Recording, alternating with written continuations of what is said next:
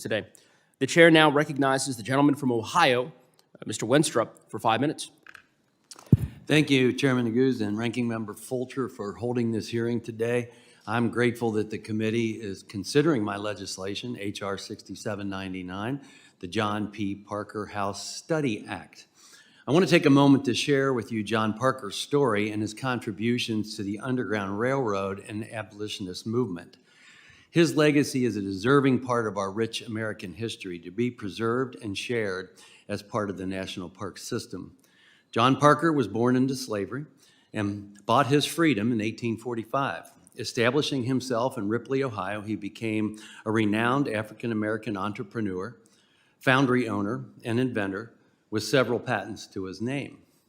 At night, he acted as an extractor for the Underground Railroad, risking his life and livelihood to sneak into Kentucky and help more than 500 freedom seekers cross the Ohio River and onto their path to freedom. If you visit his home, it is extremely moving to stand by his home and atop the hill that looks out over the Ohio River and really get the image of the bravery and the challenges that was faced for those that participated in the Underground Railroad to come across the Ohio River at night and to do it under the cloak of night. And I'm sure to many people that his home was to them their Statue of Liberty at that time. Sadly, during the 1900s, Parker's story was lost, and his house on Front Street, where he lived until his death in 1900, was left to fall to pieces and crumbling. Yeah, I signed in. On my video shot, I'm visibly on the shot. Mr. Cohen, if you could mute your video for a minute, we're going to recognize you in a minute. Thank you. Things began to change when the John P. Parker Historical Society was founded in 1993.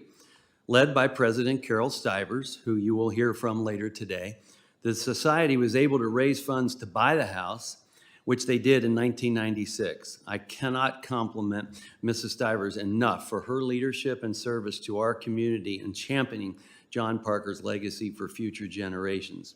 We would not have a house to preserve if it were not for Carol and her amazing team of volunteers. In part because of their work, the John P. Parker House was made a National Historic Landmark in 1997, and in 2002, it opened its doors to the public. Despite the success of the John P. Parker Historical Society so far, its members are concerned about its long-term sustainability and believe that we should evaluate whether federal management through the National Park Service is the best path forward so that this historical treasure is properly cared for years to come.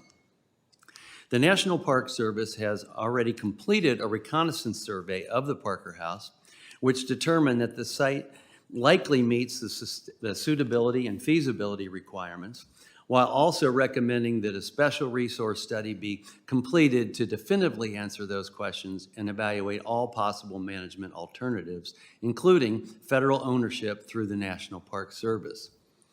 H.R. 6799 would do exactly that by requiring the National Park Service to determine whether or not the Parker House should be designated as a unit of the National Park System.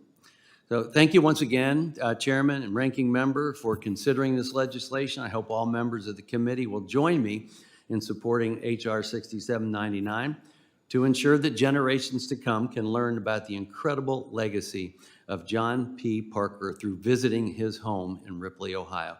Thank you. Now yield back. The gentleman yields back. Thank you, Mr. Wenstrup, for your bill and for being with